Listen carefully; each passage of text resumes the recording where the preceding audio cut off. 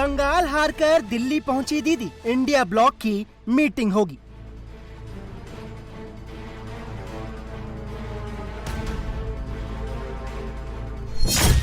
आपने नकारा डीएमके का किनारा, मीटिंग में कौन कौन आ रहा?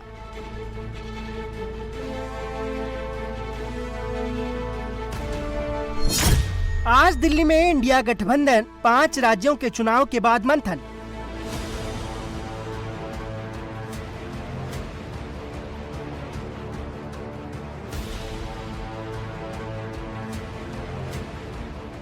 पांच राज्यों के चुनावी नतीजे के 1 महीने बाद आज इंडिया ब्लॉक की दिल्ली में अहम मीटिंग हो रही है। मीटिंग में शामिल होने के लिए बंगाल की पूर्व सीएम और टीएमसी चीफ ममता बनर्जी दिल्ली पहुंच चुकी हैं, जहां सबसे पहले आप नेता अरविंद केजरीवाल ने उनसे मुलाकात की। लेकिन आज इंडिया गठबंधन की बैठक में केजरीवाल शामिल नहीं हो रहे हैं। दोपहर 12 बजे होने वाली इंडिया ब्लॉक की बैठक को कांग्रेस ने जहां अहम मीटिंग बताया है, वहीं इंडिया ब्लॉक में शामिल आप और डीएमके ने मीटिंग से दूर रहने का फैसला किया है। We are discussing about the current political situation in the country. The way in which the government of India is bulldozing anti-democratic attitudes, and the issue of students. Lot many issues are has to discuss in this meeting. This is an India Alliance meeting. Certainly, in all India Alliance meeting is important. This is also important meeting. देखिए, कांग्रेस जो भी alliance करता है, उनका soul मकसद अपने आप को मजबूत करना है। उनका मकसद देश को मजबूत करने का नहीं है, देश हित में नहीं। आपने देखा कि हाल ही में जो तमिलनाडु में चुनाव कंक्लूड हुए, 1 दिन नहीं लगा उनको अपने अलायंस पार्टनर की पीठ में छुरा भोंकने से। हमने देखा अभी हिमाचल में जहां डायरेक्ट फाइट थी निकाय चुनाव में, क्या हश्र हुआ कांग्रेस का बीजेपी के आगे। हमने देखा कैसे असम की विधानसभा में जहां डायरेक्ट फाइट थी, क्या रिजल्ट है। नियरली 30 इयर्स हो गए कि गुजरात में कांग्रेस और बीजेपी के बीच में फाइट होता है, कंटेस्ट होता है। उनका क्या रिजल्ट निकलता है ये भी हमने देख लिया। हम देख चुके हैं कि डायरेक्ट फाइट में कहीं भी कांग्रेस बीजेपी को हराने में सक्षम नहीं है। कि हम लोग ये बात की अब हम कांग्रेस के साथ अलायंस नहीं करेंगे, हम लोग लोकसभा के बाद से ये बात कह रहे हैं। आज इंडिया ब्लॉक की मीटिंग में 23 पार्टियां शामिल हो रही हैं।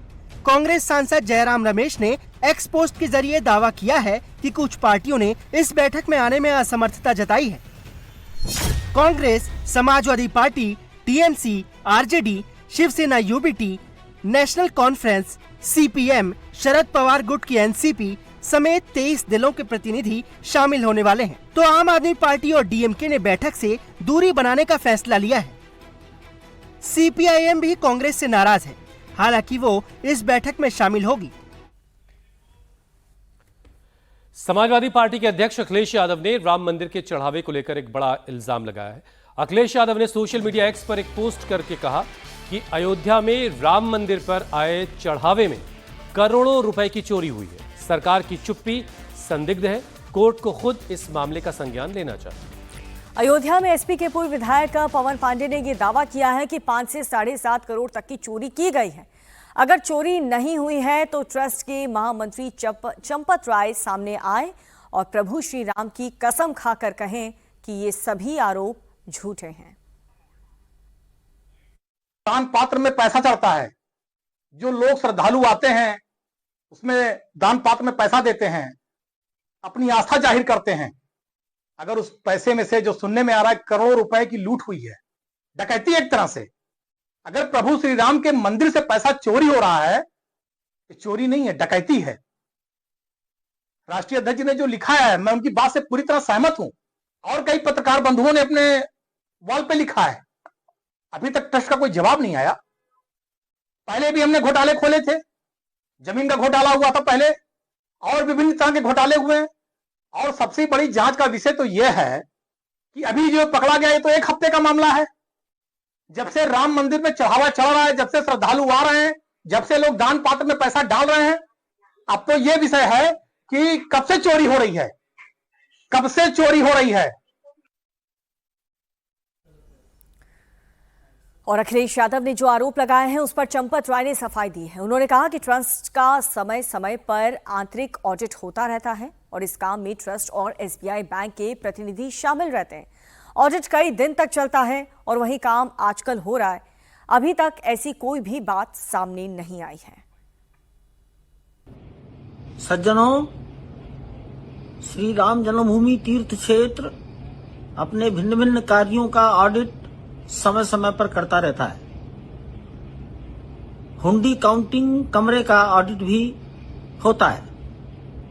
हुंडी काउंटिंग कमरे का ऑडिट राम जन्मभूमि तीर्थ क्षेत्र के न्यासीगण, कार्यकर्ता और स्टेट बैंक के कर्मचारी मिलकर करते हैं। ये कार्य कई दिनों तक चलता है।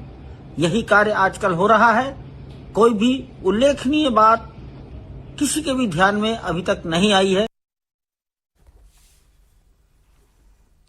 अखिलेश यादव के आरोपों पर अयोध्या के संतों ने तीखा पलटवार किया। संतों का कहना है कि यह राम मंदिर को बदनाम करने की साजिश है। अखिलेश यादव जी की बात, तो अखिलेश यादव जी राम मंदिर के विषय में क्या बोलेंगे? जो राम जन्मभूमि आंदोलन के समय तरह तरह की व्यवधान उत्पन्न करते थे, यहाँ तक कि अयोध्या के परिक्रमा करने वालों को भी उठाकर उन्होंने जेल के शिक्षों के अंदर बंद कर दिया था, जो मैं भी स्वयं प्रत्यक्ष गवाह हूँ। लखनऊ गोसाईगंज जेल में हम लोग भी एक हफ्ता बंद रहे। इसलिए राम जन्मभूमि से संबंधित चीज़ों पर टिप्पणी करके हिंदू जनमानस को बरगलाने का काम न करें। मंदिर प्रशासन स्वयं सक्षम है। इस प्रकार की अगर कहीं कोई बात होगी तो उसे स्वतः संज्ञान लेकर उसे दुरुस्त कर लिया जाएगा।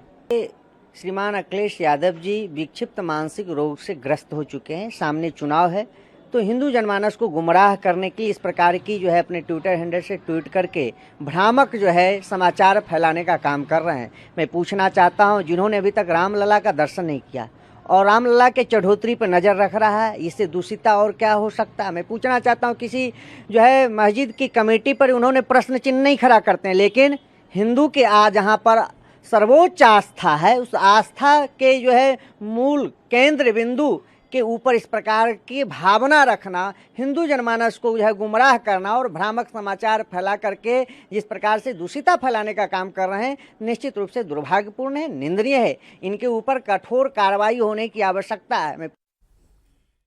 अयोध्या में 2 लाख के इनामी का एनकाउंटर हुआ है। एनकाउंटर में बदमाश भानु प्रताप सिंह ढेर हो गया। बदमाश के खिलाफ कई शहरों में 40 मुकदमे दर्ज थे। गोरखपुर, आजमगढ़, अंबेडकर नगर जैसे कई शहरों में वो वांटेड था।